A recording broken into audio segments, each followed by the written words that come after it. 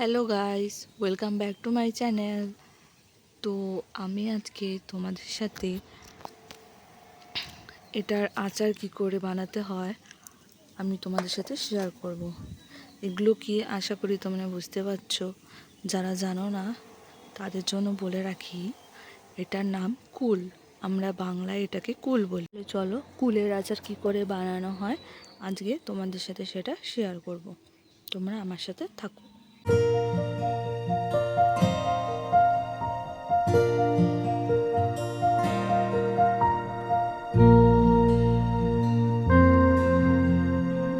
Hello guys, তোমরা দেখতে পাচ্ছ যে এখন কড়াই আমরা গরম করছি।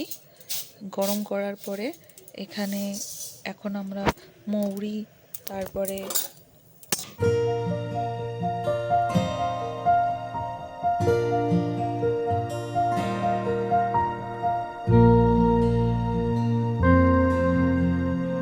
এখন এগুলো দেখো একটু লাল লাল হয়ে আছে। দেন এটাকে এখন আমরা মিক্সির গ্রাইন্ডার করে এটাকে মিহি করে দেব। এখানে অল্প সামান্য পরিমাণ এখানে জল দেওয়া হয়েছে। এখানে এখন আমরা গুড় দেব, কারণ গুড় দিয়ে কুলের আচার খেতে খুব ভালো লাগে।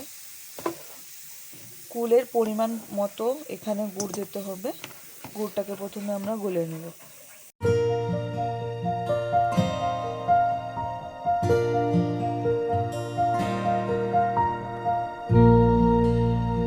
মিক্সি করা হবে।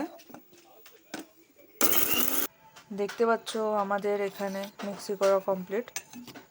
তো এটাকে একদম গুঁড়ো করে নিতে হবে। একটা সুন্দর একটা সেন্ট বেরোবে এখান থেকে। আর দেখতে পাচ্ছ কুলগুলো শুকিয়ে নেওয়া হয়েছে আগের থেকেই। চুলে ভালো করে শুকিয়ে নিতে হবে। পাচ্ছ এখানে গুড়টা গলে এসেছে। এখন এটা একটু জাল করার পরে আমরা এখানে সব দেব। দেখতে পাচ্ছ এখন কুলগুলো ওখানে দিয়ে দেওয়া হলো।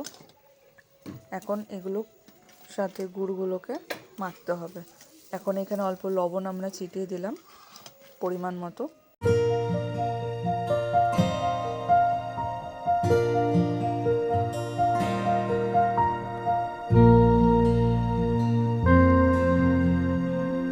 দেখতে পাচ্ছ যে গুড়টার সাথে কুলগুলো কি সুন্দর মেখে গেছে।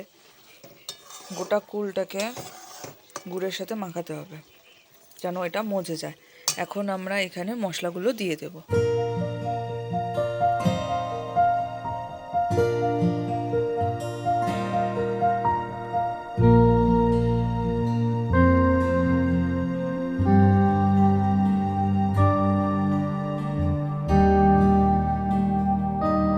দেখতে পাচ্ছ আমার এখানে কুলের আচার একদম রেডি হয়ে গেছে।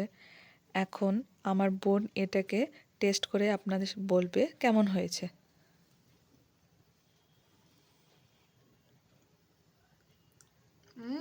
অনেক সুন্দর হয়েছে, অনেক সুস্বাদু। গাইজ, এইসব রেসিপির জন্য আপনারা এই চ্যানেলটাকে সাবস্ক্রাইব এবং শেয়ার করতে পারেন যদি এরকম আপনাদের রেসিপি শিখতে হয়।